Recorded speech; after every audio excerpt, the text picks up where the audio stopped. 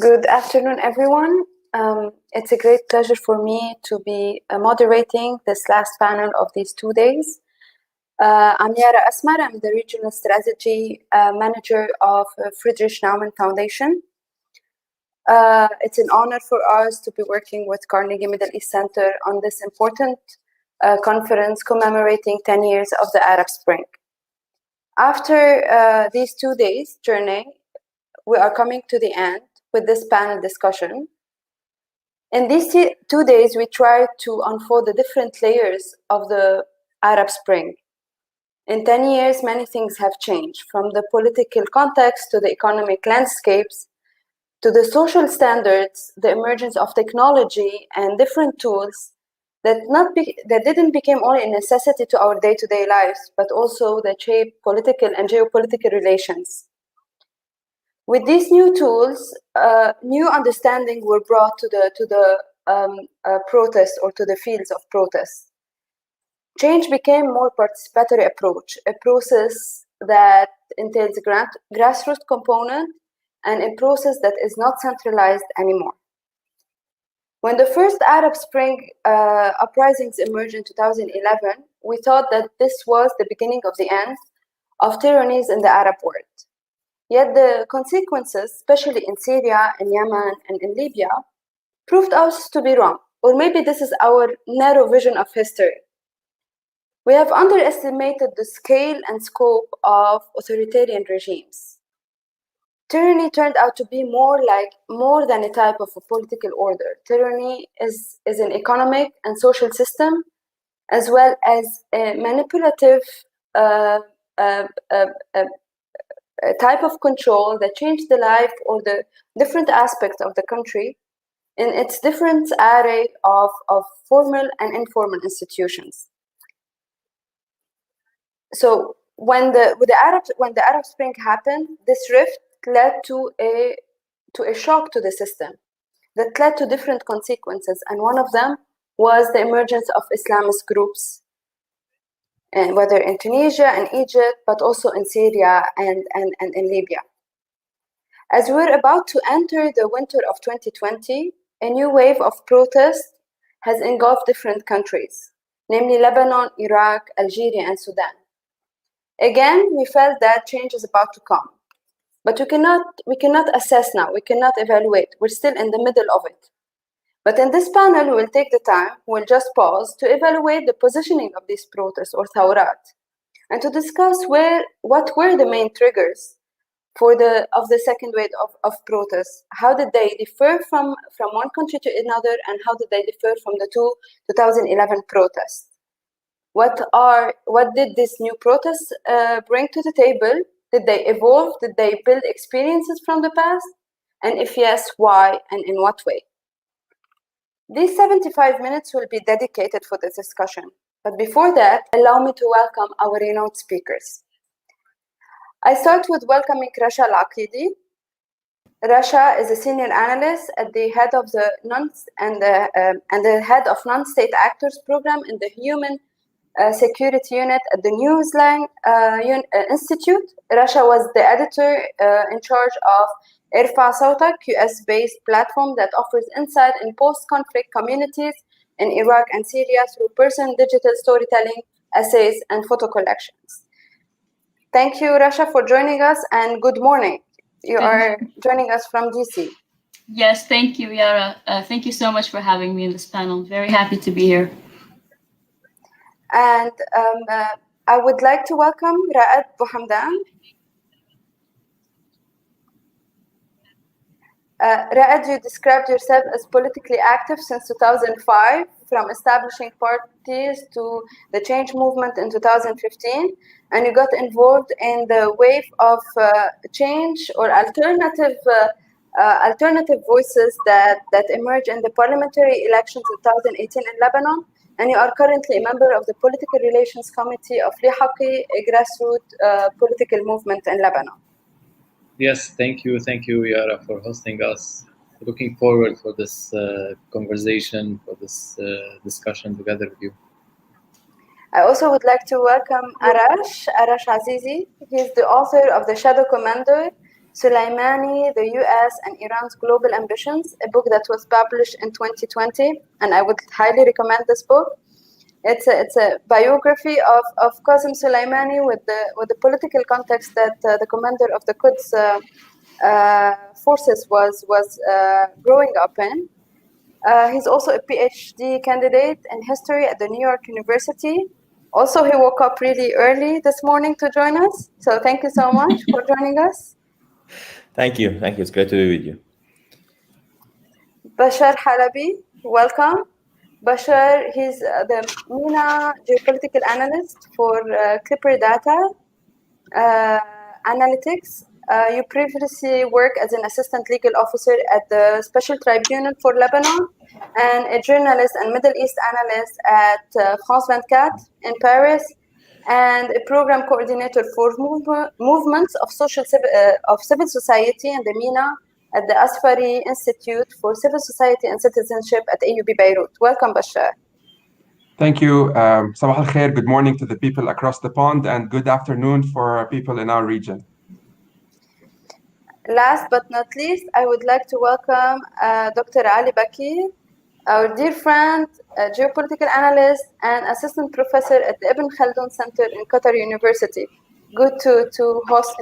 Good to have you again, Dr. Ali. Thank you very much. Thank you very much for hosting me, and good morning, good afternoon to my colleagues. Very happy to be with you today. I would like to start this discussion with Bashar. Bashar, what differs between 2011 and 2019 waves of protests? We saw that after the 2011, like the emergence of Islamist movement was very obvious. But now we're witnessing kind of containment to these Islamist movement, but also a new kind of definition of political Islam that is changing geopolitical relations in this region and leading to certain protests in countries like Lebanon and Iraq. So the floor is yours. Thank you, Yara. And before I start, I just, a couple of weeks ago, Yara and I were in a similar conference where we were looking back at the past decade in the region. And I think everyone who was present there agreed and acknowledged that the terminology used or dubbed for the uprisings in the region, Arab Spring, might have to be looked upon and reviewed for several reasons. And before jumping into the discussion on the role of Islamist movements and groups, whether in 2011 or now, let's look back together at the region in general for the past decade. So to start with, the Arab Spring, which was coined following the ousting of the Ben Ali regime in Tunisia and Mubarak in Egypt, was surely misleading in a way, and in fact, it was counterproductive. The term in itself carries a positive connotation, and just like any spring, it gave the illusion that it's going to be short, graceful, smooth, and promising. However, none of those factors or hopes were translated into reality, and what people expected did not happen, especially, or more importantly, discussing the region spanning from Morocco to the Arab Gulf. As a result, the term in itself became a heavy burden on whoever really demanded change in the region, no matter the scope of this change, whether it is democratic, economic, social, reform-oriented, or even rights-based. Of course, the term was a form of projection of the fall of the previous Soviet dictatorships in Eastern Europe or other democratic transitions in possibly Latin America. With the complexity of the region laying heavy on its inhabitants, and with the uprising at many instances falling short of what people had projected on them, the term was weaponized by the counter-revolutionary forces in the region to showcase the juxtaposition between the promises and the reality on the ground, which they consciously manufactured through repression, violence, and brutality in general. In fact, most of the democratic transitions, if we put aside the very specific cases of the Eastern European and so-called communist states back in the day, the transition we have seen was mostly an adaptation of politics to economic and social modernization, where, for example, countries like South Korea and Brazil achieved a progress mainly on two levels, the industrial level and on the modernization adapted at some point, which allowed or gave room for a democratic transition, mostly following the creation of a wide and highly educated middle class in those countries. Whereas in the Arabic-speaking region, to be more specific and precise, so that we don't disregard the ethnic diversity of the region, and in this part of the world we are discussing today, the socio-political explosion came as a result of a protracted economic crisis mainly, and not similar to what happened. It wasn't a transition to a complete modernization process, but a manifestation of a deep economic crisis. It translated into various aspects, starting with the economic one, with very low economic growth, taking into account, of course, GDP per capita, relating to low investment or even the lack of that. Back in 2010, and up until this moment, the region we are discussing today also still inhibits the highest rate of youth unemployment in the world. This is the clearest symptom of the economic crisis the region lived and still live today. And it shows that the long-term revolutionary process, as Dr. Gilbert Ash'ar once dubbed it, or al-Sayrura al-Tarikhiyya, is there to stay and has already caused shocks, especially towards the end of 2018 in countries we will be discussing like Sudan and Algeria, Lebanon and Iraq. While people tend to label what happened in 2010 and 2018/19 as a youth movement, the labeling is a bit inaccurate, given all the revolutionary movements are essentially led or spearheaded by youth, but it does not mean or insinuate that they are strictly the ones behind the revolution. Also, while the generational gap exists and is widening, thanks to the technological explosion over the past 15 years, but cross-generational grievances and challenges still are there till today. Therefore, a comparison drawn between Lebanon's uprising, for example, back in October 2019, and the Mai 68 uprising in France is not really accurate, although one of the aspects of Lebanon's uprising was indeed an educated middle class demanding for more liberalization, but that does not sum up what's happening in the entire country. Yet, events in our region, the Arabic-speaking one, are also part of a general global crisis that has spanned the world from Latin America to Hong Kong in varying degrees. This region, however, has its own specificities. For example, the early 2000s brought with it new blood and new fresh faces in terms of rulers in the region, and it's kick-started an era of reform, but in a context dominated by a specific type of capitalism, one determined by the specific nature of a regional state system also, characterized by the combination of different proportions of rentierism and patrimonialism. Now, that is the most specific to the region and is actually the high concentration of patrimonial states, probably the highest in the world. However, patrimonialism in this region refers to the ruling families that literally own the state.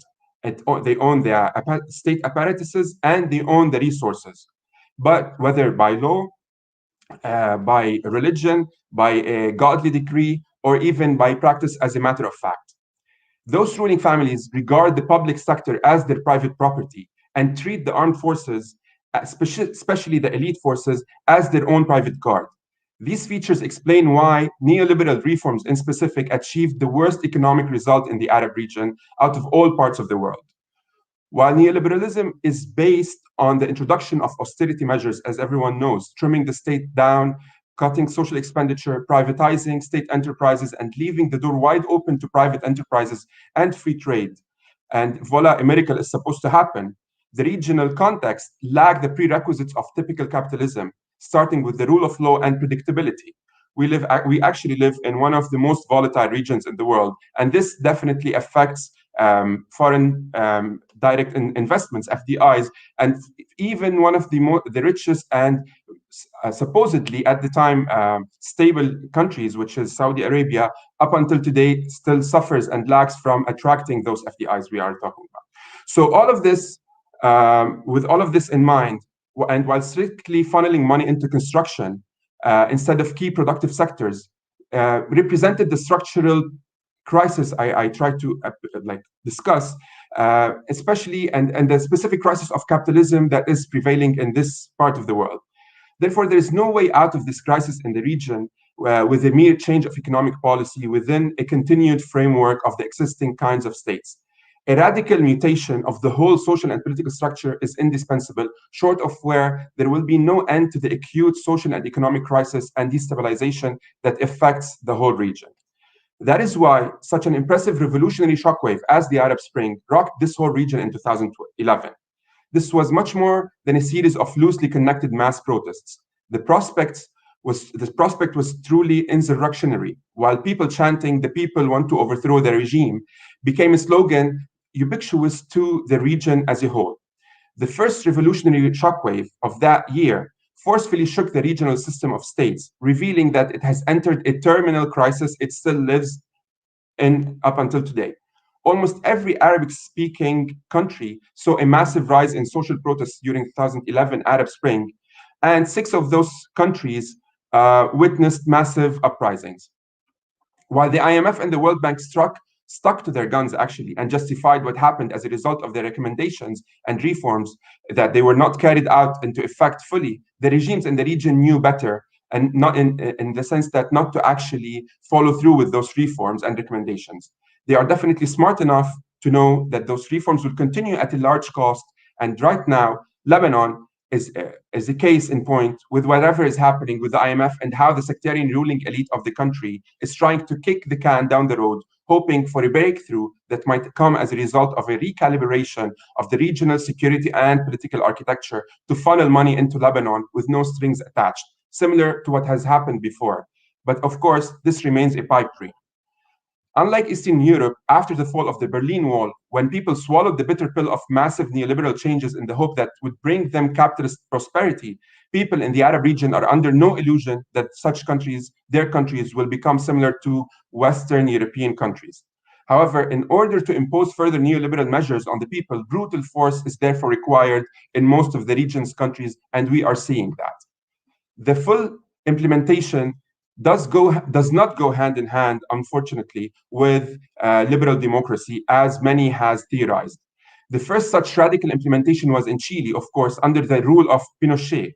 However, in Egypt, or in Egypt's case, it is currently taking place under the post-2013 the restoring of the dictatorship by Abdel Fattah al-Sisi, the most brutal of regimes Egypt probably have endured in decades. The Sisi regime has gone the furthest in implementing the full range of neoliberal means and measures and that are advocated by the IMF at a huge cost of the population, with a steep rise in the cost of living and food prices, transport, and what have you. People also have are completely devastated, especially, for example, in Egypt's case. And the main reason why their anger did not explode once again in the streets of Cairo on a massive scale is that they are now deterred by the state terror. But the full implementation of those reforms and recipes did not produce economic miracles, and it won't produce one in the future. And even the grand charades, although they are probably important for human history, which we witnessed over the past week in Egypt, nevertheless, it does not promise Egyptians, mainly on a citizen level, any kind of promising future, unfortunately. Nevertheless, a new generation has entered the struggle on a mass scale in the region in recent years, one that came of age through and after the 2011 uprisings. The bulk of this new generation aspires to a radical progressive transformation. They aspire to a better social conditions, freedom, democracy, social justice, equality, and including also gender emancipation. They reject neoliberal policies and dream of a society in sharp contrast with the pragmatic views of also Islamic fundamentalist forces that hijacked or tried to hijack the uprisings to direct them towards their own goal. This huge progressive potential came back to the fore in the second revolutionary shockwave that started in December 2018 with the Sudanese uprising, followed since February 2019 by the Algerian uprising, and to be followed also last October or 2019 by massive social and political protests in both Iraq and Lebanon. Now, Sudan, Algeria, Iraq, and Lebanon have been boiling since then, while the other countries of the region are on the brink of explosion, mainly due to the COVID-19 pandemic, which undoubtedly suspended the revolutionary process for a while that was happening or taking place. It actually ended the weekly mass demonstrations both in Algeria, Lebanon, and Iraq, and it only worsened the conditions that led to its ignition in the first place, which means we have a recipe for another explosion in place, but no one knows when. Now, quoting Dr. Ashar, protracted revolutionary processes, such as the one that is unfolding in the Arab region since 2011, are cumulative in terms of experience and know-how. They are a learning curve. The people have learned or are learning. The mass movements have learned or are learning. The revolutionaries are also learning, and the reactionaries are learning as well. So, which means everyone is learning, and it is a race between who has learned more in order to try to overthrow the other. So a long-term revolutionary process is a succession of waves and of uprisings, but also it is a succession of counter-revolutionary backlashes, which are meant to actually break down those waves and which do not represent a repetition or an identical experience or pattern. The process is not actually circular, and it does not repeat itself in a way, but it actually goes forward, or else it will degenerate. My biggest concern is Lebanon in that case. So Sudan and Algeria, along with Egypt, and I'm almost done, they are countries, the difference between them and other countries that have witnessed uprisings over the past 3 years are countries in the region where armed forces actually constitute the general institution of the political rule. Of course, armed apparatuses are the backbones of states in general, but it is a direct control of political power that is particular to those 3 countries in the Arab region. The regimes are quite different than the others. No family actually fully owns a state in order to mold it in its own vision. And the state is actually dominated by a collegial of military high command or a military junta. This means that they are characterized by mostly nepotism, cronyism, and corruption, and which remains institutionally separate from persons or the rulers as well. This explains why in these 3 countries, the military ended up getting rid of the president and his entourage in order to safeguard the regime. And in Egypt's case, it happened with Mubarak. In Algeria's case, it happened with Bouteflika.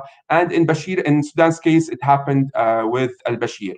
However, when this happened in Egypt, there was a huge illusion about the military among the population in general, which were and they actually gave a legitimacy to the 2013 military coup, which overthrew what seemed at that point a more of a democratic process, or had the semblance of that.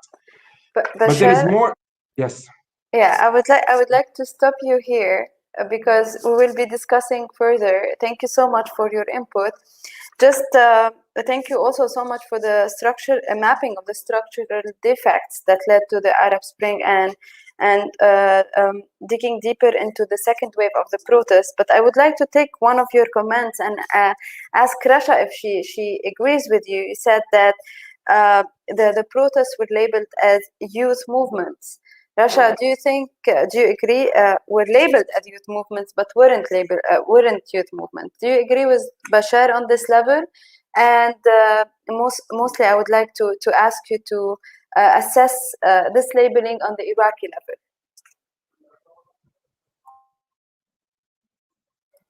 Sorry, I was muted. Thank you, Bashar, for the comment. Thank you, Yara. So on this particular comment, in Iraq, there's a very specific context. Why it was in Iraq a youthful moment and youthful movement as well is because the people who protested, yes, in every country, mostly they are the youth. What's significant about this generation of Iraqis is that they're the first true generation to actually experience some level of freedom, whether it's freedom of speech, freedom to protest. And it's the first generation in Iraq that actually have an understanding, a better understanding of politics. I grew up in a generation where politics was something that we discussed between 4 walls because under Saddam Hussein, there was no political life. In Iraq, there is some form of political life. Now, it's very, very defunct. It does not work. It's obviously failing, but people have been able to protest. So in Iraq, that was the difference in particular. Older generations, they didn't understand protests. They did not believe in them, perhaps. maybe because they were not allowed to protest in their lives. But for these young people, and inspired by movements around the world, as Bashar had mentioned, and also, of course, by the Arab Spring in 2011, they realized that change can happen and they can take to the streets and cause change. So that was the difference. Now, later on in the movement that happened in 2019, older people eventually did join, maybe in smaller numbers. But it was in Iraq, it was largely the Generation Z and the much younger millennials. So we're talking 15, 16-year-olds until 30-year-olds. These were at least 80, 90% of the protesters. So before I speak about the second wave, on February 12, 2011, Iraq also had a protest movement that was part of the Arab Spring. Now, it kind of went under the radar, did not get as much attention as other protests for several reasons. One, Iraq at the time had an elected government. Now, it was Nouri al-Maliki's second term. There's a lot of controversy on how he achieved his second term, but nonetheless, there were elections. There was already some form of political protest. So there were no calls for regime change. That was very different than Egypt and later on Syria, at least in the later stages. Second thing is that there was a minimal crackdown. Of course, when I say minimal, it's not compared to Western standards. It's minimal, unfortunately, to Middle Eastern standards, in particular in Iraq. So the number of people killed or arrested were very, very minimal. So it didn't really break waves in the media. And third, Nouri al-Maliki at the time, the prime minister, promised, went on a live televised speech. He looked very nervous at the time, and he said, just give me 100 days and I promise all the reforms. So when that happened, the movement was almost quelled.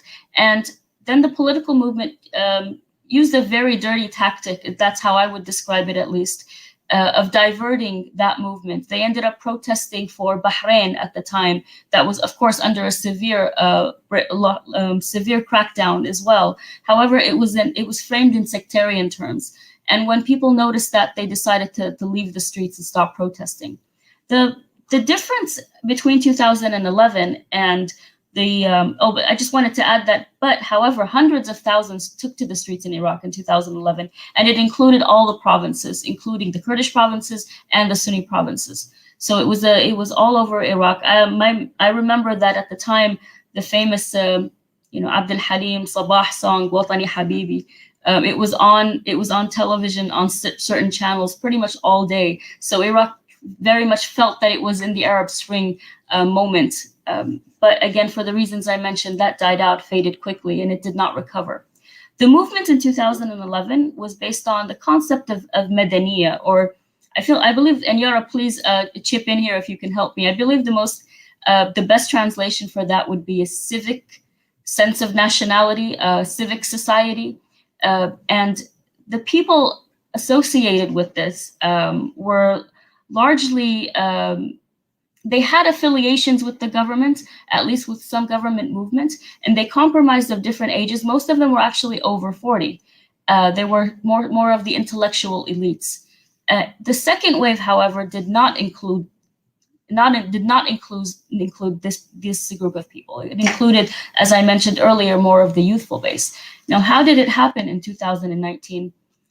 Just as Bashar previously mentioned, unemployment, lack of services, those were the core causes. This is what led to a small number of protests from the beginning of 2019 all the way towards the end. Now, at Irfa Sawtak, what we did was we tried to go to Iraq, cover its problems, but also look for positive stories. Something happened in 2019 where there were no longer positive stories.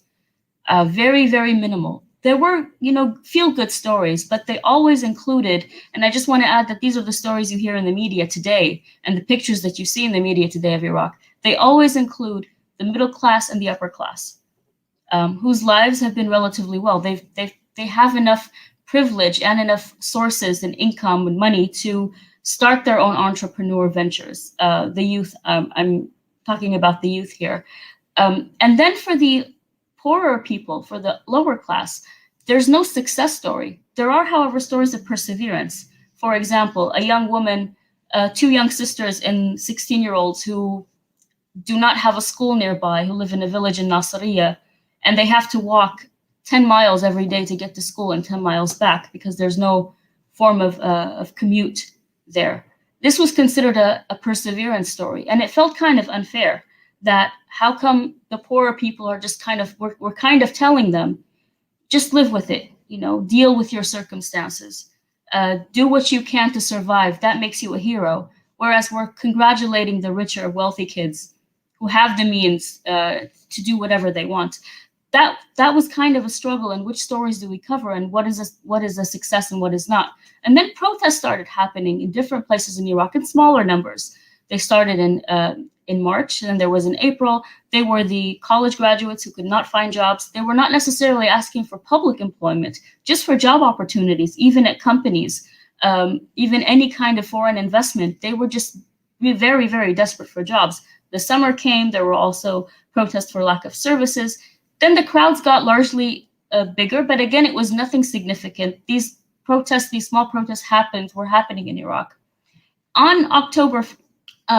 Before that, in September, two things happened that really triggered Iraqi youth. The first one was when Abdul Wahab al-Sa'idi, commander, lieutenant commander from the Special Counterterrorism Services, who served in Mosul and other areas in the liberation of Iraq from ISIS. Now, to be clear, just on record, he is not the most immaculate commander, military leader. The destruction caused in Mosul and elsewhere was obviously severe. However, people all over Iraq admired and adored this man for one reason: he was not sectarian.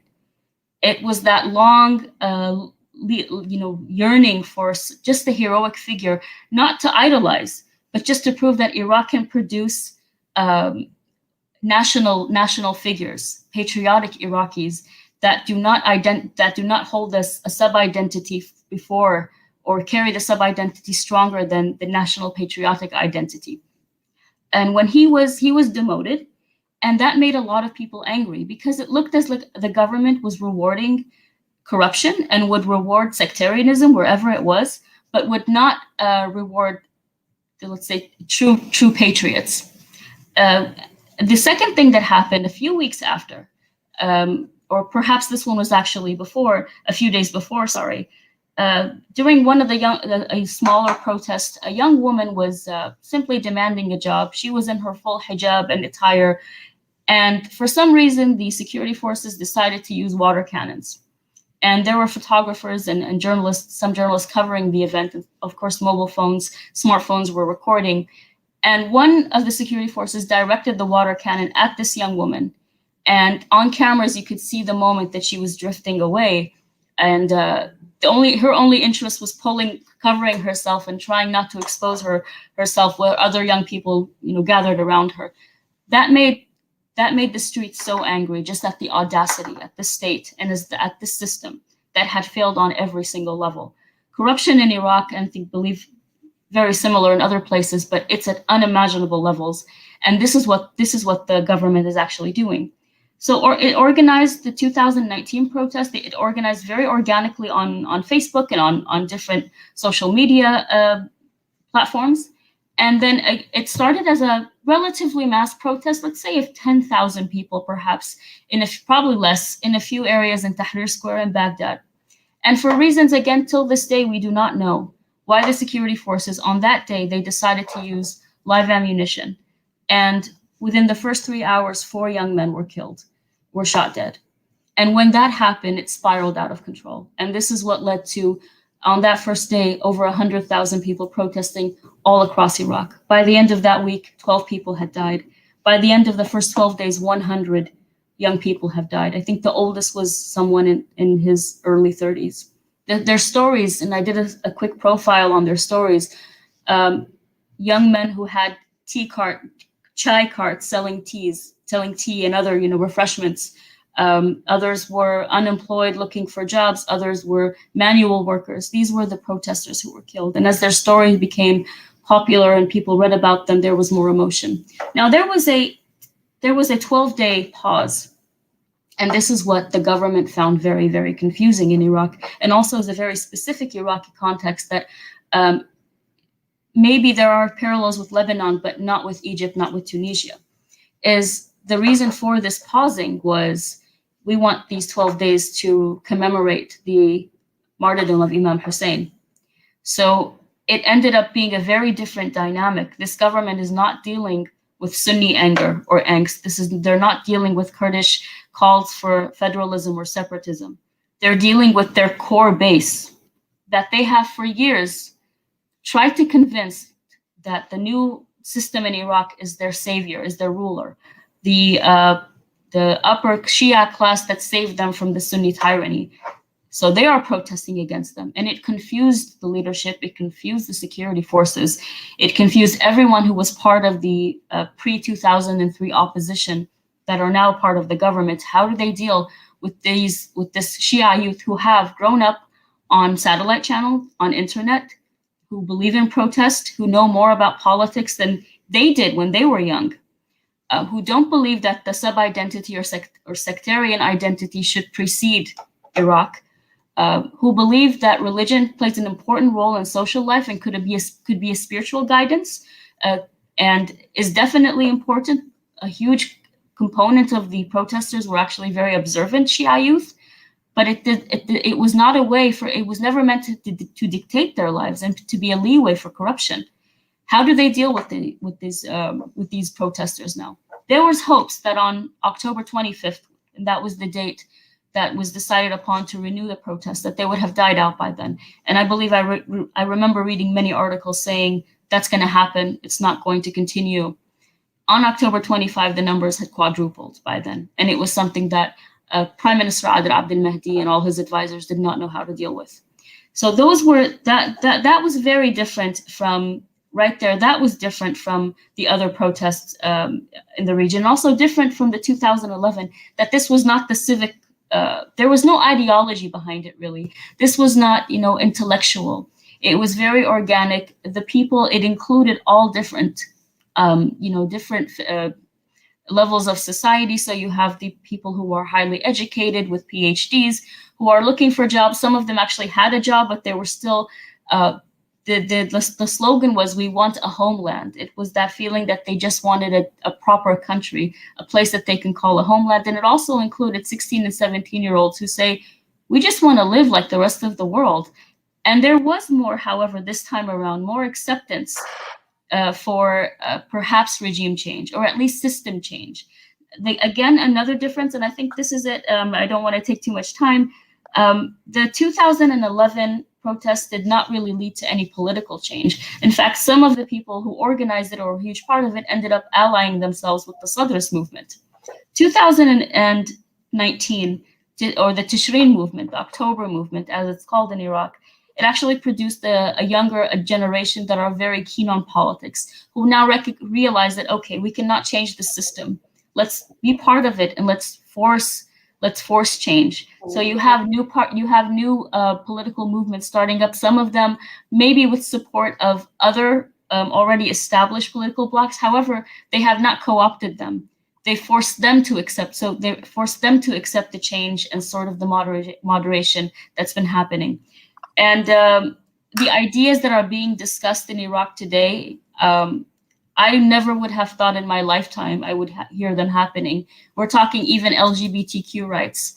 And it's not, I'm not saying it's accepted. So you have a small margin that accept it, a huge margin that refuses it, but there's a gray zone, a gray area. I don't want to use gray zone, sorry, a gray area that, that is expanding. People are questioning their ideas and their thoughts. People are questioning stereotypes, younger people. And this is all a context that was not available 10 years ago or 20 years ago. So in the next 10 years, this context is going to change a lot. And I guess the protests, yes, as Bashar mentioned, they were impacted by COVID, but most likely in Iraq, also there was a crackdown where 600 of these protesters were killed. Assassination and intimidation campaigns continue till this day, bringing the number of to probably higher than anyone ever expected. Even older people, older generations, Hisham al-Hashimi being just one example, was assassinated most likely because of his support for these protests. So all this change on the ground, all this change in society is going to reflect, whether in this election, maybe doubtfully, but in the coming elections, and will force change, social change that simply cannot be turned around. Rashad, thank you so much. If I wasn't like hearing the word Iraq, I would have thought that you were talking about Lebanon. Yeah. Moving on this note to Ra'ed, unemployment and corruption led to the October 17 movement. Listening to Russia, water can, live ammunition brings us to the streets of Lebanon for the past year, in addition to the Beirut explosion. Ra'ed, my question for you, like you lived this whole period, you mentioned that you made sure to mention it in your bio from 2005 till 2019 and still now to 2021. What has changed on the ground in Lebanon? What triggered the Tishreen movement in 2019, and where are we from this movement now? First, while Rasha was speaking, I was having like the thought that change is an infection. Also speaking about COVID, so the butterfly effect happened during 2011, where in Lebanon and in Iraq we didn't have like the peak of the protests because we wanted to make an extension or maybe to make a reflection for what's happening in Tunis, in Tunisia, in Egypt, in Libya, Syria, and Yemen, and other countries. But in 2019, what happened and the trigger was more real. It was more in the on the social classes where we have the real pain. And it wasn't like an effort, a forced effort on the level of the activists.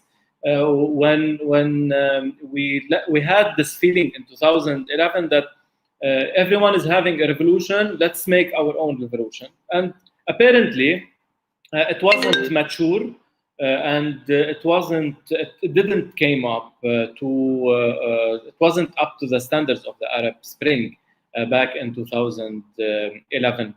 Speaking about Lebanon specifically. However, the experience of Lebanon and of 2011 movements was something positive for sure. It was an accumulation, and it reflected a will on a level of change movements that created other waves for future movements and future protests. I can mention here 2013, when we had in Lebanon the movements of take back the parliament. Once the regime, the establishment parties, they tried to extend the parliament mandate.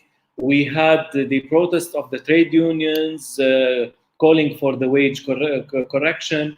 Also, we had another wave in 2015 against the garbage crisis, and it was also a significant time for the protest movement in Lebanon and the change process. 2016 was a step forward, also another milestone. Also in the municipality elections, 2017, we had some engineers, orders, elections, something on the trade unions sector, and 2018 we had a parliamentary an experience. It was a shy experience for the change forces in the parliamentary elections, but at the end of the day, the continuation of the movement toward the change didn't stop at any time, and the connection between 2011 and 2019 was there all the time. In 2019, and here I can come back to your question specifically. In 2019, we had the socioeconomic aspect and the socioeconomic motive that made people go to the street. Although before that, we can all remember that, for example, the civic rights and the political rights were always on our agendas. As I can say, the change groups and forces active in Lebanon during that time. We had a lot of movements and protests. I can remember some of them against the military court, supporting Ziad Itani, others supporting Mashru' Layla. Some of other protests were claiming for a secular state, for civil marriage. A lot of movements were happening at that time. But the main trigger was the WhatsApp tax. If you remember, it was only a $6 tax that brought people. It was the direct spark that brought middle and lower classes from their homes, from behind their screens and TVs to the street, claiming and meeting the other people who were trying, and the other groups who were trying to call for this change. So yes, it's always a social and economic spark that will make the change and that will make the protest happen. And at the end, the mass of the people participating in these protests, and I agree here with Rasha that the majority will be apolitical, and they wouldn't have any ideological background or affiliation. But what makes protests Islamists or secular, or what takes it to a direction or the other, is the presence of organized forces and organized groups and parties within the protests. So this happened also back in 2011, where we witnessed in Tunis and in Egypt and in many countries where the Muslim Brotherhood was the only well-organized political group having a very good presence on the organizational level, on the social level, not only in the main squares of the city. It wasn't only in Tahrir Square. It wasn't only in the big cities squares. Also, they were very well organized and present on the grassroots level in the rural areas. They were in the universities. They were in the trade unions. They had all the tools that made them ready to take these protests to the politics where they have their project and their political vision.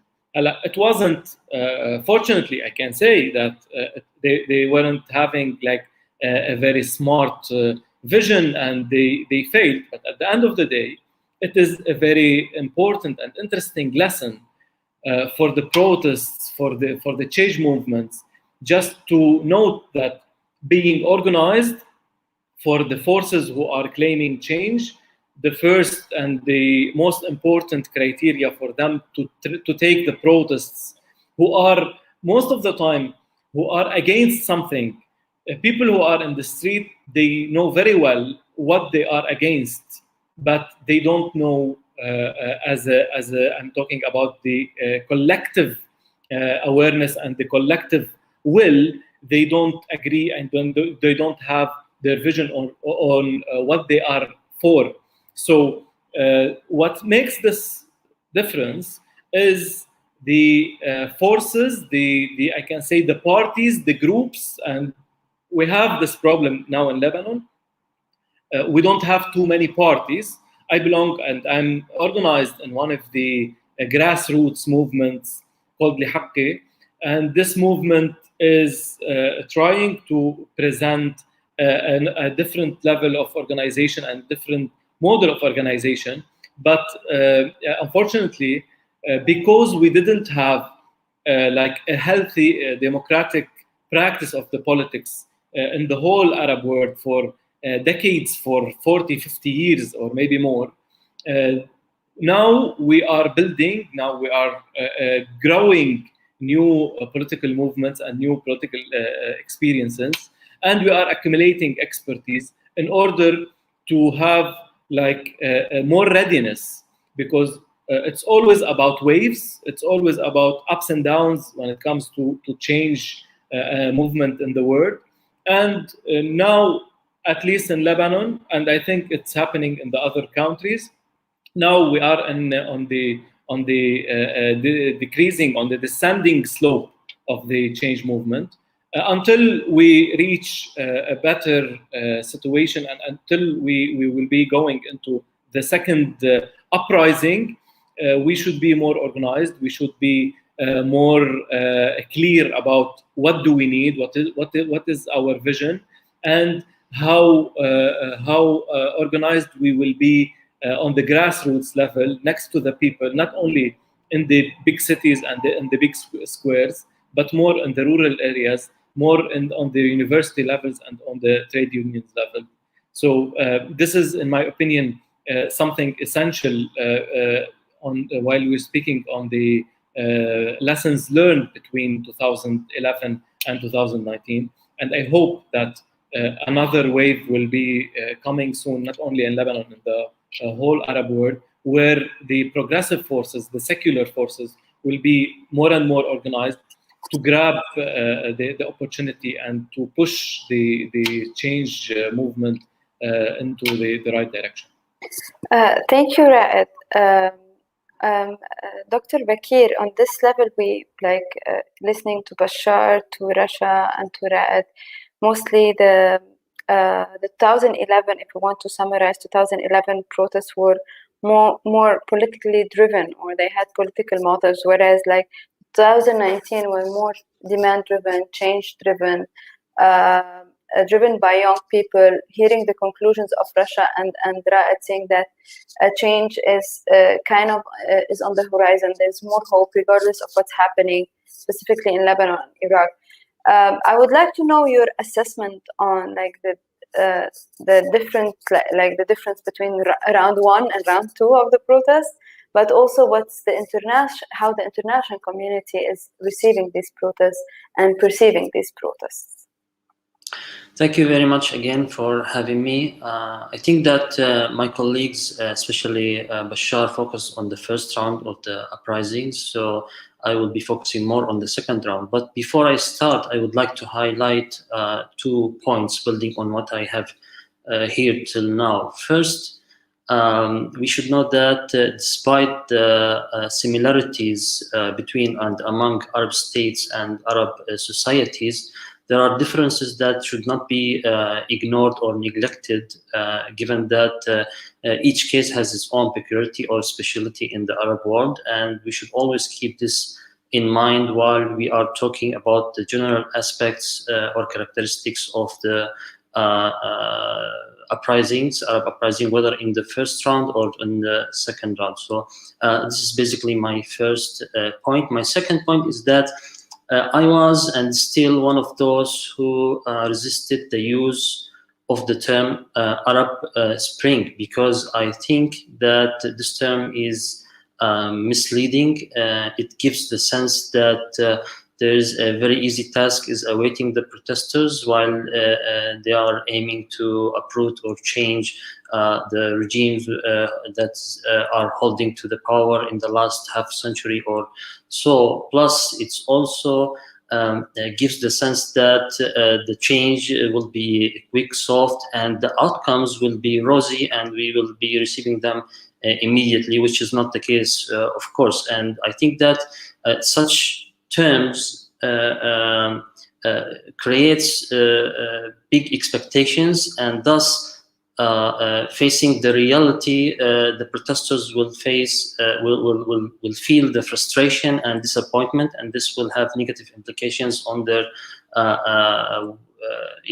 activities while working to change the situation in the Arab world. So we should always take these 2 points in consideration while we discussing the Arab uprisings, because it's very important for the experts to take this in their consideration, and also the protesters who are working on the ground. Now, starting from the causes of the second round of the Arab uprising, I would say that they may differ from one country to another. The indirect, direct causes of the second wave of the Arab uprising. For example, my friend Ra'ed told about the proposed tax on the WhatsApp application service in Lebanon, and this was the direct cause of the second wave of the uprising in Lebanon. And in, for example, Iraq, it was the rising number of unemployment and corruption, besides the decommissioning of Lieutenant Abdul Wahab Saadi. In Sudan, for example, it was the prices of bread and the hikes of the prices in general of the commodities. In Algeria, it was the Bouteflika remunerating himself again and again for the presidential elections. So we can see that the direct causes are a little bit different from one country to another, but the indirect causes, in my opinion, of the second wave of the protest are pretty much similar to the those which triggered the first wave of the Arab uprisings, meaning that dysfunctional systems, incompetent government, lack of economic opportunities, lack of freedoms, widespread corruption, social injustice, etc. I mean, within 10 years, the situation became worse in the Arab world, and those countries which survived the first wave suffered more in the later stage. And that's why this is one reason why we witnessed a second stage, and why we will probably witness a third and fourth, and etc. Because and this also point I would like to highlight, the change is not really quick and soft. We should always expect that it is a long, hard, full of challenges process, and painful one. It will take time, it will take effort, and we need to focus on the dynamics that really push forward while we are monitoring the protests for change. Now, when it comes to the point that whether these the protesters in the second wave or the governments learned something from the first experience, I think that the answer on this question is yes and no at the same time. For the protesters, for example, in the second wave, they seem more aware of the tactics of the governments to diffuse the protests, whether by containment strategies or whether by repression. And that's why in the second wave, we notice in all these countries, whether in Lebanon, Iraq, Sudan, Algeria, the protesters directly demanded radical changes. And they said all of them means all of them, because they already knew that the first wave, which is the demands were actually gradual and it didn't work well. So they tried to go for radical change in the second wave, and they pushed forward with it. Having said this, I think that the protesters in the second wave, we can still see deep ideological, political, and probably sectarian divisions among those who are discontented with the situation, with the Arab regimes. And this is not a positive point, in my opinion, because we feel that everyone is trying to uproot the other one. The leftists are against the liberals and Islamists, liberals are against Islamists and leftists, and Islamists are against liberals and leftists. And guess who is using this very well? The regimes are very skillful of making use of such divisions and manipulate them in order to keep balance between them, or to use one of them against the other in order to achieve their ultimate goal of staying in the power at the end of the day. And that's why we come to the question whether the governments and the regimes learned something from the first wave or not. I think that they probably developed their tactics to diffuse the protests, and that's why if we monitored the second wave of the protests in these countries, we will notice that the military and or the security apparatus in almost all these states got involved in staging cosmetic transition. this was obvious in Algeria, where the army took lead of the process, and also in Sudan, the army was actually part of the transitional process, and in Iraq, where the security forces or the Shiite militia got involved in the process to defuse the protesters with the backing of Iran, and also in Lebanon, where Shiite militia, again with the support of Iran, mainly Hezbollah, tried to defuse this and come up with a staged government. So the governments are also learning how to use tactics to keep the power in their hands. On the other hand, I would say also that they don't learn that using this way and trying to prolong the process or resisting the change, let alone the radical change, will only result a worse situation on the long term, and this will be very negative, not only to the regimes themselves, but also to the people and to the states. But obviously, taking in consideration what's happening in Syria and Libya and Egypt elsewhere, the regimes do not really care to what will be going in the future. Their own ultimate goal is to keep the power in their hands at the current time, no matter what it costs. So this is on the side where the governments are not learning that resisting the change is resulting in a worse situation.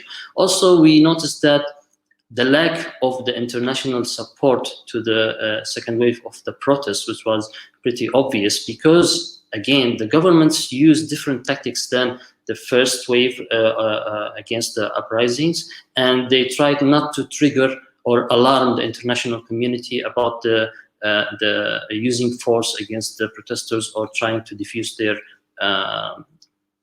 their movements. So I think that I'm taking a lot of time, but I will try to summarize and finish.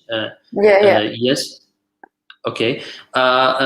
Coming to whether the protesters are different or not, yes, I can see that the protesters are younger, more ambitious, more energetic, but also lacks the Islamist component. This has its own reason, because the regimes cracked down heavily on this component in the first wave of the uprisings, because they thought that this is the most threatening factor against the regimes. And unlike my friend talked about Iraq, in the first wave, those who protested were mainly Sunnis, and they were directly and immediately labeled as terrorists, and they were the government cracked heavily on them, and this led to the creation of a perfect environment to create ISIS and a popular mobilization movement, was sectarian, and the destruction of the Sunni cities. That's why they didn't participate in the second round.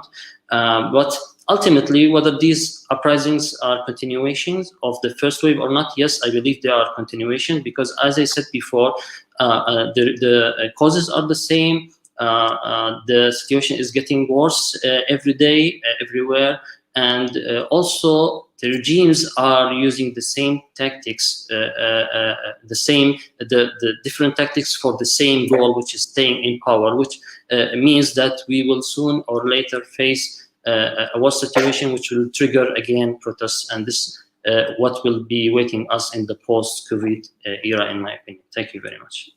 Thank you, Dr. Ali. I would like to move now to Arash Azizi. Arash, I would like to take advantage of your presence with us to ask you two main questions. First, I would like to go political with you. And I remembered when I was preparing for this panel an article that I read in Foreign Affairs that was published in 2011. And it was entitled Arab Spring, Persian Winter. Will Iran emerge as a winner from the Arab Revolt? I would like you to answer this question 10 years later. But also my second question for you would be, Iran is part of this region, like we call it Arab Spring, or like we just narrow down the scope into the Arab countries. But also Iran lived two waves of protests from 2019 to 2018 and 2009, 18, 19, and still ongoing. So also I would like to know about your assessment about the internal situation in Iran, the protests, how they changed, the demands, the repertoires, and the perception of the Iranian people on this level. Thank you very much, Yoran. Thank you very much, everybody.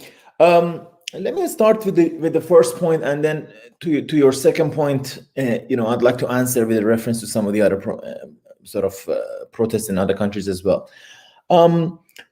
So the short answer is that yes, as it happened, the Arab Spring did strengthen the regime in Iran, and it did so in some indirect and direct ways. Some of the indirect ways.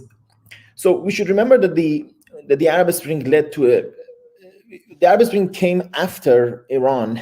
Iranians like to say we did it first, but despite the outside the joke aspect, Iran did have a mass movement in 2009, which was really revolutionary, which was actually, people have forgotten this, but if you look at the coverage at the time, the 2009 movement in Iran was discussed as the first new sort of revolutionary mass movement in decades.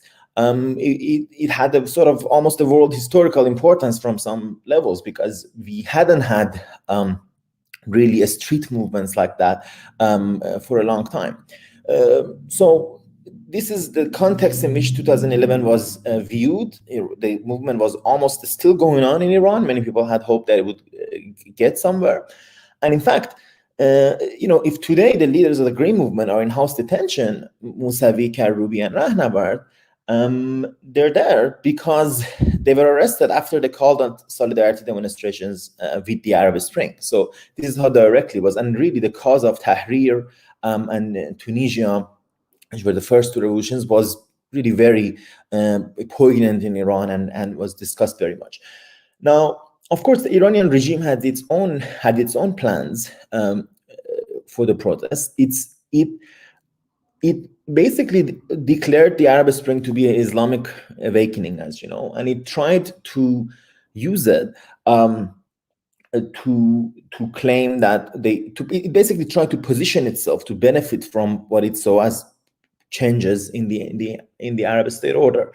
Now, it would be too much perhaps, and perhaps not the most interesting conversation to get into the every country and how they did it there. I do try to go into that in my book, actually, in relation to specific countries. But I'd like to focus, let's geopolitics more, protest movements, how do we change things?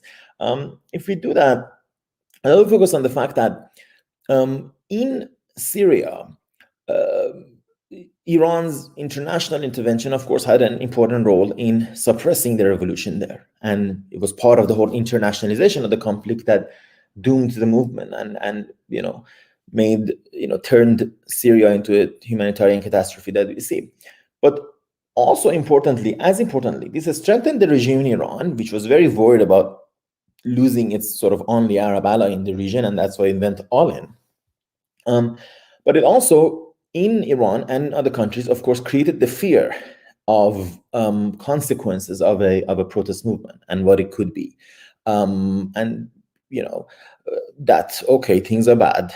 We're happy to go out and protest, but do we want, Iran to become like Syria? Do we want it to become a place of, mass dispossession and all that? But from that, I want to get to the other point that you mentioned about the differences between the two rounds of protests in Iran and now. And here I want to just get into some general points, if I may. Look, it's not rocket science, okay? We have, I think it's basically damaging, actually, if I may speak directly, to when you want to discuss protests, a structural analysis can be misleading sometimes. It's important to understand the general structural reasons, but basically almost obsessive focus on what sparks different protests can be misleading, and I'll tell you what I mean by this. So in my opinion, as a very student of history, I have a lot of belief in contingency. I believe history is not made necessarily by deep structural reasons that are inevitable, okay? but that these structural reasons set the stage, and then it is the actual back and forth of social forces that make history and make the difference. Two, as a good old Marxist, I'll bring the old Marx dictum from Karl Marx, who said, people don't make their history freely, but they do make it within the conditions and the constraints that are given. What I mean by this, basically, and how can we look at it in relation to Iran and the protests of the 2 rounds, and also I hope hopeful with other countries.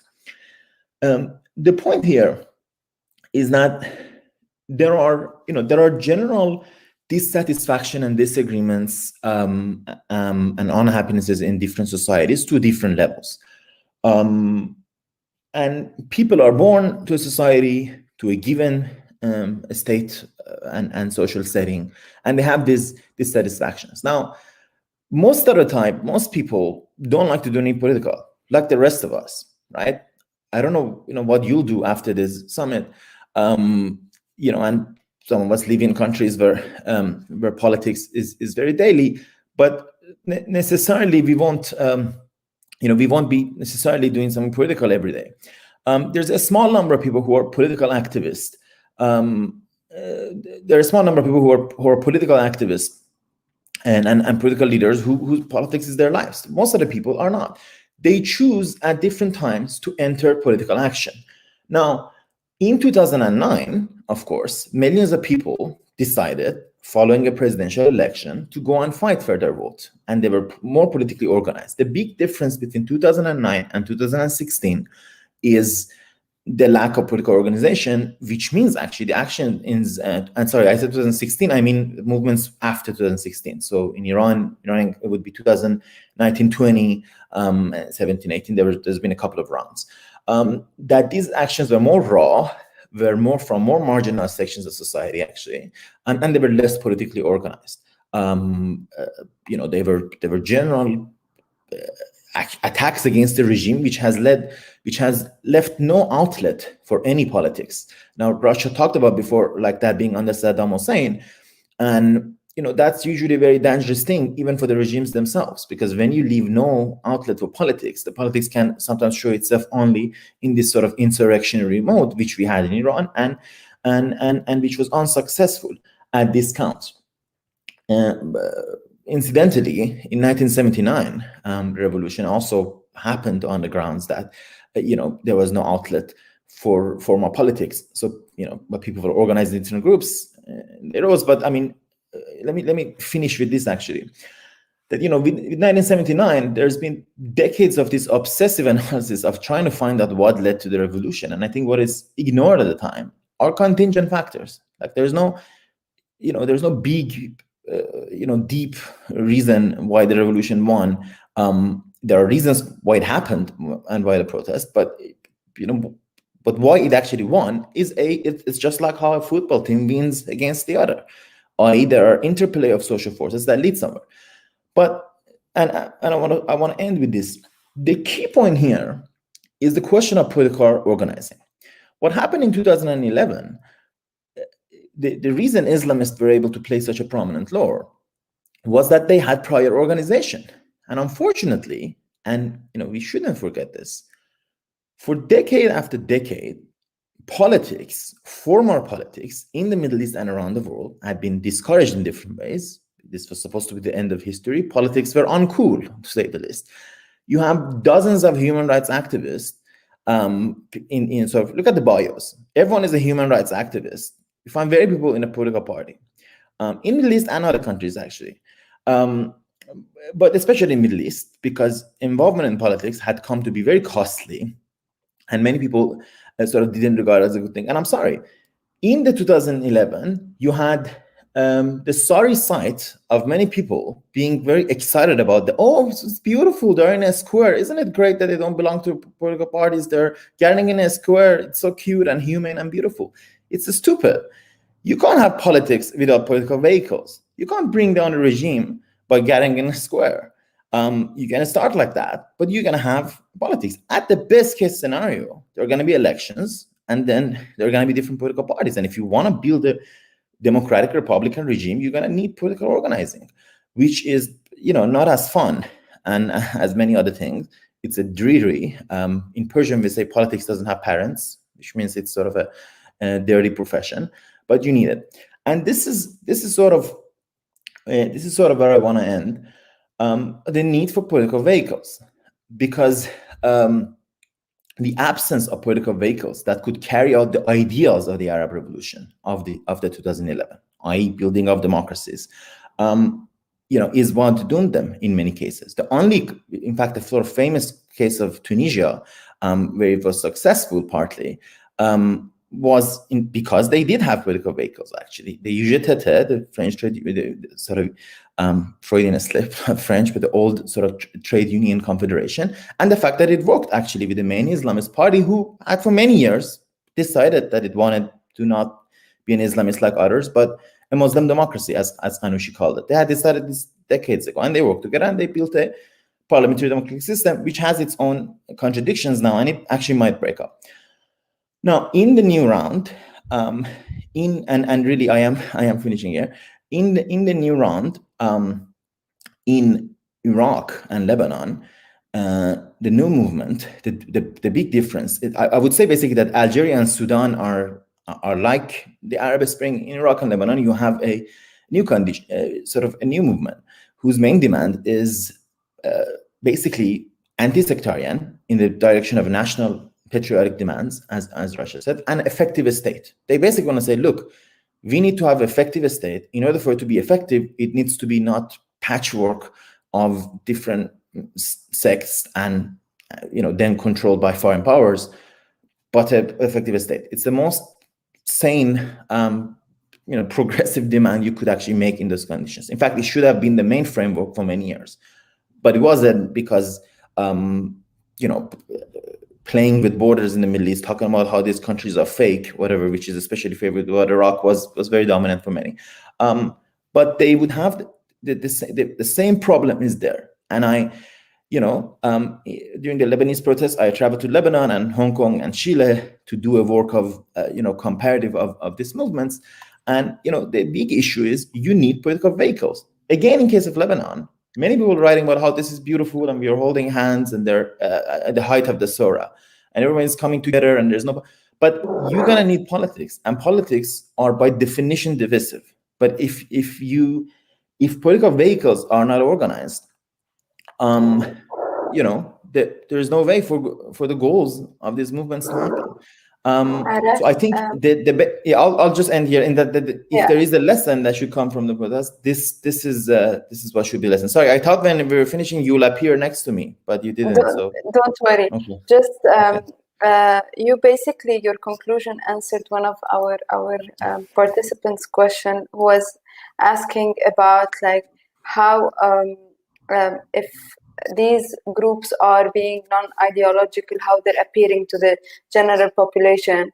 And this person also expressed that it's very difficult to bring change without the power of ideology and religion in the sense, but it's borderline when we talk about religion. But as you mentioned, we need a political vehicle and a political organized movement to bring change on the table. So can I just say one more thing? 20 seconds. Yes, in Sudan again. Yeah. In Sudan, you had success. It's not rocket science. Why did you have success in Sudan? Because you had different political parties coming together, uniting for the end. This included the Sudan Communist Party, the Ba'ath Party, different Islamists, and the Sudanese Professional Association, which was a new sort of civic body. So you need also civic bodies and political parties. If you come together and respect for the United States, you can bring it down. If you don't, it's not going to happen. So, it's as risk as that. So I'll end it there. Thank you, Arash. Like I bring also some of the questions from the participants specifically to Bashar and Rasha on this level. They were asking about the protests between Iraq and Lebanon, how transnational these protests were, like I'm just trying to summarize the questions in the sense, like, and how we should perceive the protest not as like on a singularity basis, but more as a continuous kind of waves or a contagious kind of movement. So what do you think on this level? Bashar, you can go ahead. No, it's fine. Okay. So in Iraq, yes, initially the October protest, the movement did start as transnational, at least in the intentionality. For example, the difference in 2019, I did leave this out. However, I believe Dr. Bakir did mention it.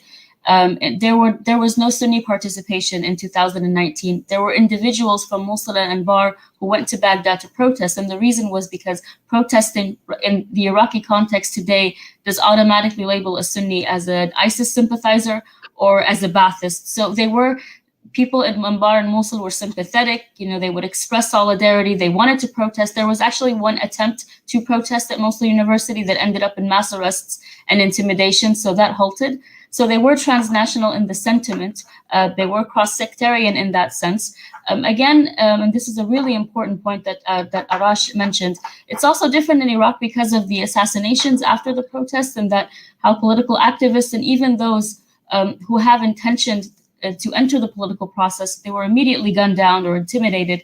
It's hard for them to do that. But because there was no political, and this answers quickly another question that I'm just reading as well, because there was no political participation, at least immediately, or no expression or desire to enter the political process, that led to sort of not only a dying out of the movement, but also in some kind of vacuum where political parties were able to infiltrate. The more dominant parties were. So I do believe, yes, it is transnational in a sense, and as long as there is that potential in Iraq, it can continue and it can come back, maybe in a different form. Well, in Lebanon's case, I think everyone kind of hails the October 17 protest movement back in 2019 as a breakaway from what Lebanon has experienced since its emancipation back in 1920, in the sense that the protest movement was inclusive, it was transcended sectarian fault lines and regional and also classes to a certain extent. This was something very well apparent in the first week or so, or even a bit more, before the co-option of the protest movement started. However, given that the baseline of what combined all those people together was strictly corruption, and was also the economic situation to a certain extent, this resulted in a counterproductive reaction, in the sense that it actually stripped the movement, and I refer to what Arash was saying, it stripped it from a real and in-depth politicization process, and kept it on a shallow level, in the sense that people were denouncing the corruption in the system under the all means all slogan, which became very prominent. But this slogan in itself kind of diffused the targeting against the system. It kind of misinterpreted the allocation of responsibility in the system, and it actually became a buffer and a safety net for the system in itself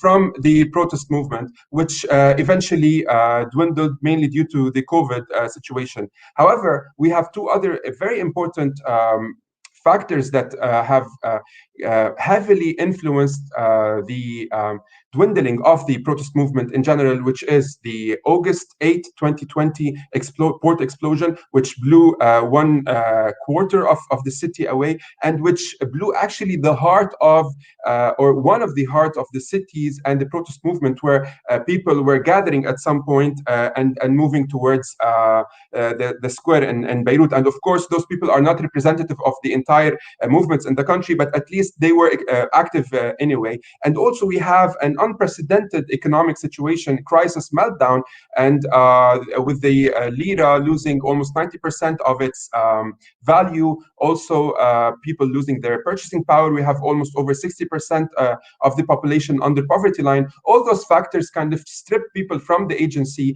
and were all tools dominated by the regime, by the sectarian ruling elite, in order to play this hot potato kind of game, play this blame game which was coordinated one way or the other between each other in order to diffuse responsibility and in order to mask it or تجهيله in a way which also favors the traditional sectarian political parties and does not favor actually the whether the movements that emancipated after the October 17 movement or before the movements which, for example, Ra'id belongs to. So right now, one of the major problems and one of the major factors that the regime is capitalizing on is this disenfranchisement among the different groups that emanated, the fact that communication is not up to a certain level where it can create, or those groups can come together under an umbrella, whatever that is, and create a solid alternative, a solid opposition in order not to topple the system, because we know, especially in Lebanon's case, this is almost impossible. But in order to achieve a certain breakthrough in this like destruction al-inhiyar al-madid that Lebanon is living since October 19 or even before. And one last point, although the WhatsApp tariff in a way was the direct cause or spark of what happened in Lebanon. However, the wildfires that engulfed Lebanon only few days before the WhatsApp movement is what really exposed it. It burned down our forests, but it also exposed the country, it exposed the government, it exposed the sectarian ruling elite, because those nepotist systems that were in place, the clientelist systems that were in place, always gave or projected some sort of security and safety for the members of it. And I'm talking to sects specifically, that I don't care what happens to the other. I know that I'm protected by my leader and by my sect. But when fires engulfed the entire country, engulfed different sects, this is when everyone panicked really, and they're like, no, something's wrong, something's happening. Thank you, Bashar. Final remarks, Ra'id and Dr. Ali. I agree with most of Rasha and Bashar was saying, but I need to add on the main challenge that we're facing, as progressive movements, if I can say, in Lebanon and in the region, where we are addressing, and this is what we have to surpass, just addressing the problem as if we are analyzing what's happening and we are presenting a solution from a traditional way of doing politics will not lead us anywhere, because we are not in democratic countries, we are not in democratic systems. So if we believe that it is as easy as we have a very good diagnosis, we present a very good program, we run to the elections, we get a number of seats, and then we change, we hope, but it's not the case. We are living in countries and societies where the ruling parties they have like full control on the social structures, on the economical level, on the resources, on everything. So if we need to work on two different levels from being correct, because we can be politically correct, but it's not enough to make the change.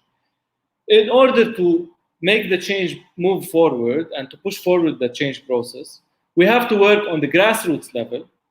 We have to create social structures that will replace and will be alternatives of the social structures that the ruling powers and the ruling parties are in control of. I'm talking about Lebanon for sure, and I can say that because I had an experience of living in Iraq, and I'm sure that it's very similar in many countries around the region.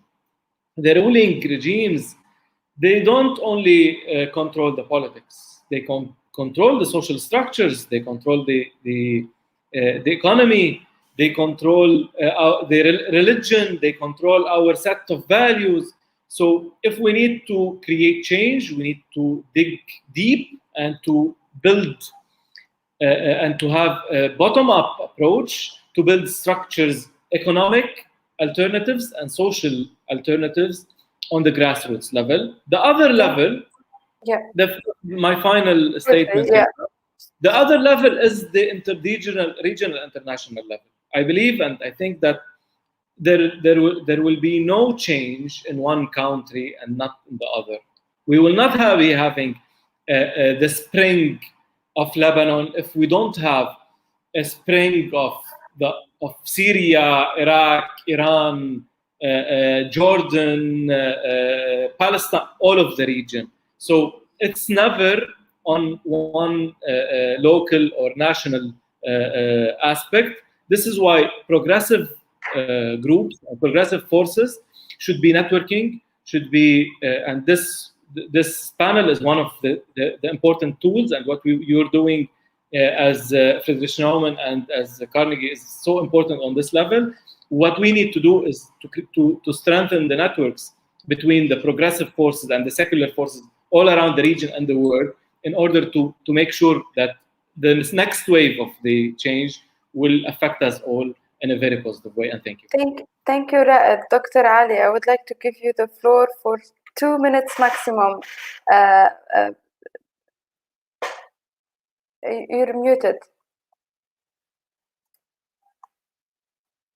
Sorry. Yeah. Okay, it's blocking me for some reason.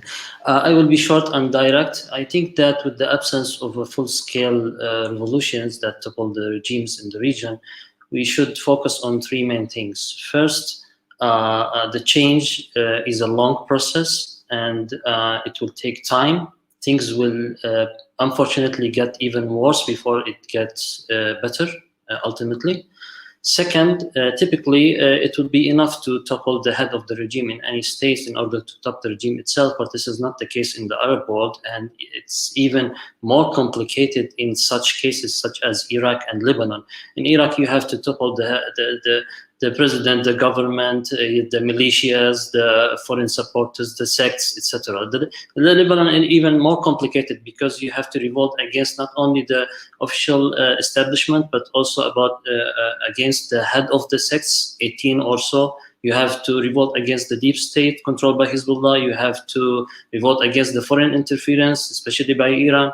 So it's a very complicated process. And last but not least, I would like to focus on what protesters should do. They should learn to play long term. They should learn to work together regardless of the divisions that I see senseless actually between Islamists, liberals, and leftists, because at the end of the day, the government is not targeting one of them only. We should recall very well that in Egypt, those, between brackets, liberals who supported the coup of Sisi, they end up being in jail at the end of the day, and they became refugees also. So they should should agree on a minimum level, because lack of economic opportunity is targeting all the society. Social injustice is targeting all the society with all its branches, and also lack of freedoms is targeting all the society. They should come together, try to work together, and agree on common agenda with minimum acceptance that they should push forward all together in order to try to beat the current regimes. Otherwise, we will just, probably the regime will make use of each fraction against the other in order to keep the balance, as I said before, or even to prolong their stay in the power. And thank you very much. Thank you so much, Dr. Ali, and thank you, Rasha, Arash, Bashar, Raed, for joining us in this panel. It was a great pleasure moderating this panel. And Dr. Maha Yahya and Mr. Durkunse for the closing remarks before the end of these two.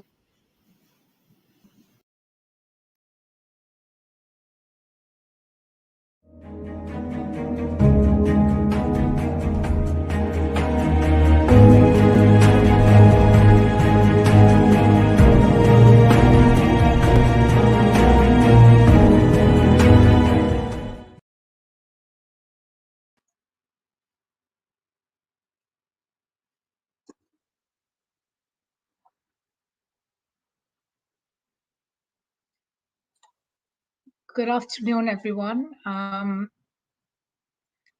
Let me begin by thanking FNF for a fantastic partnership and thank all the participants over the past 2 days, and both panelists and moderators in the amazing discussions that have happened. I've learned a lot. These panels have covered topics that have ranged from what does the cohort of 2011 say to the cohort of 2019 and vice versa. Lessons there included the need for organization, being ready for the long haul, decentralization of the protest movements, its its inclusiveness, etc.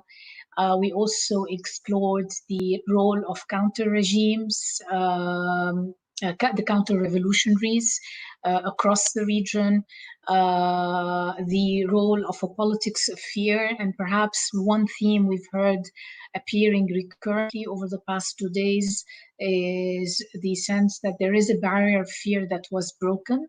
صفر خوف, zero fear, as was recently said in Lebanon as a result of after the assassination of political activist Luqman Slim. And yet at the same time, there still is a lot of fear as well. We've had participants from Tunis, for example, talking about how the Tunisians are worried and fearful, not of protesting, but if they were to go down to the street again, that their revolution would be stolen from them once more, but also that their demands would not be heard. So it's a different kind of fear, I think, that today manifests itself in different parts of the region. Places like Egypt, fear there is very different. But also here we heard a lot about the role of alternative media, whether it's Daraj or Mada Masr or Rasif, etc., across the region, and the role the alternative media has played in both Jamhuriya in Syria, Hudud in Jordan. I mean, basically the role the alternative media has played in generating debate and discussion about a broad range of topics, whether political, personal, social, economic, cultural, and highlighting the fantastic range of perspectives that exist in this region. Basically, the diversity of views that are as reflective of the diversity of this region's societies across the board. We also heard a lot about the role of women, how women, the state of the feminist movement in this region, the changes where women have taken leadership role, the challenges women have been facing. One of the panelists talked about how under COVID-19, there's been almost a 9-fold increase in violence against women in this region. Now, the increase of domestic violence is actually, unfortunately, a global phenomena, particularly against women and children. However, in this region, it's been also, it's the repercussions in the context of collapsing economic and political systems, where we have already large percentages of fragile and disenfranchised populations. The implications have become even more significant. And yet at the same time, we heard about how they were pushing forward, trying to put on the agenda not only this issue of the participation of women in public life and political life and decision making, but also their fundamental rights as citizens to be treated equally in front of the law. Again, across the region, Tunisia has been a torchbearer in this sense, and yet there are still a lot of challenges, and these challenges vary from country to country. And finally, we heard about protests. And again, much of what was said in the last panel echoed a lot of the things we were already hearing in the first panel about the need for long-term organization, the challenges that are being faced, the need for institutions, political institutions that would allow for this transition. Definitely, there's a new generation of protesters out there. They recognize the need for institutions. We can already see a move beyond the horizontal amphibious, if you want, kind of protests towards more a combination of both vertical and horizontal, but also with understanding that these movements, these new institutions have to be reflective of broader segments of society. They have to be inclusive and recognize diversity and difference. I really want to thank all the participants again, but most of all, I also want to thank FNF for, again, another successful partnership. It really has been an enriching for 2 days, and I look forward to more, hopefully, in the future. Kunst, over to you. Thank you very much, Maha. It was really like fantastic, and in a normal setting, I would say, like, I go home with a lot of notes that I have made in the last 2 days. I am home already, so I have them now with me, but I still made the same notes on it, because it was really like a lively debate. And as we could see also, like now in the last panel, hardly anybody wanted to stop in this contributing to the debate and the different debates that we had over the last 2 days. I don't want to repeat and go chronologically through the agenda, but I started yesterday by saying I started with pointing out some critiques towards the Western or the international community in the name of stability for the region. That is by all means nothing that is generally wrong, but also fatal. But it got underlined when we talked about in the last 2 days also, like how we how there's a need to review the terminology of what we're actually talking about, different waves, spring, and so on, and what it means and so on. Because one of the mistakes that we did as an international community, and here I'm talking from a German foundation, is that we were also, like, just like so many protesters as well, and hopeful people were swept away. We were swept away by the atmosphere that was that you experience when you're in the eye of the storm. And we basically missed the point by what was actually happening. That we have to look at in different ways at movements and then revolutions, what we call them, and the need for a structure that is necessary to support them in the long run. What I also liked very much is the healthy debate that we had over the last 2 days when it comes down to demystifying some of the facts that we think that we have acquired over the time. I don't want to say that we were naive on that level, but it's we were part of this whole development. And we need to acknowledge that it was just, as one of the speakers said, it was not just the youth who was participating and who was making this possible, or who was actually advocating for it. There are certain structures that we tend to overlook, or we for whatever reason we overlooked. And what is astonishing is the role of women, and I like this panel very much because it becomes much more clearer, or becomes much more in the public eye, the role of women in these kind of protests and in the region itself.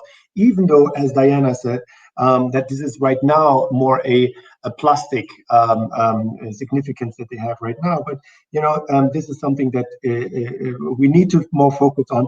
And also here, I'm talking as a German educational institute. While we have this kind of debate, and I'm really happy that we had it with such a renowned institute, the Carnegie Institute.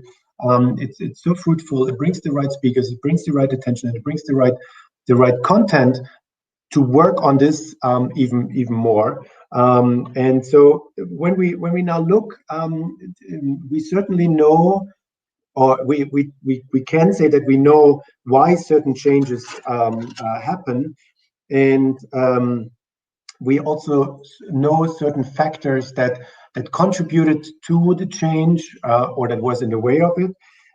And now comes our role again as Carnegie, as a think tank, and for us as an education institute, to what do we do with this? What do we do with this knowledge that we know? What does it lead us in the future? We have an election coming up in not only in Syria, but there will be changes happening, and how will the international community be when where will it stand when it comes to it, and where will the international community stand whenever another eruption is happening?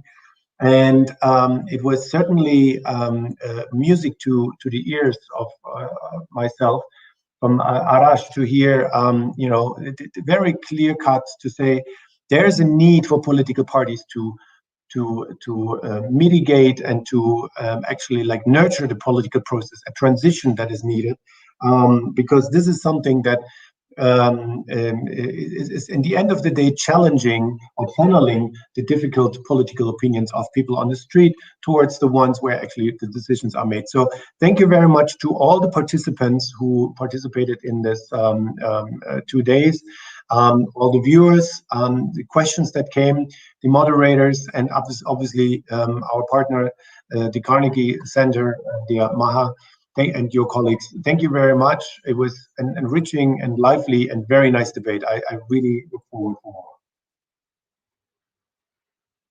Same here. Thank you, Kirst.